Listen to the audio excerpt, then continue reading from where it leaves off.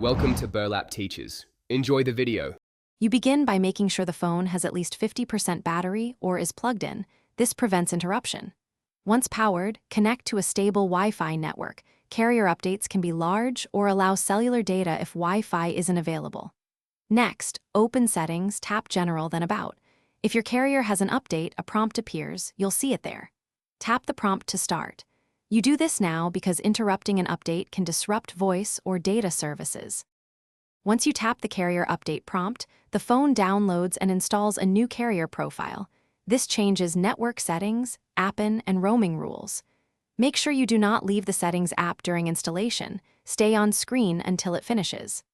After the install completes, restart the iPhone to apply the profile. This forces the device to re-register on the carrier network.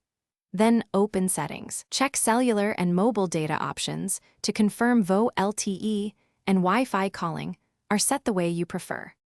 To finish, confirm calls, texts, and mobile data work by making a short test call or loading a web page. If nothing changed, remove and reinsert the SIM card, then repeat the About check. That often forces detection. If problems persist, contact your carrier to confirm they've pushed the profile to your account. As a final step, reset network settings under General. This clears saved Wi-Fi and VPNs, but often resolves stubborn issues when carrier settings won't apply. Thanks for watching. Consider subscribing if this video helped you.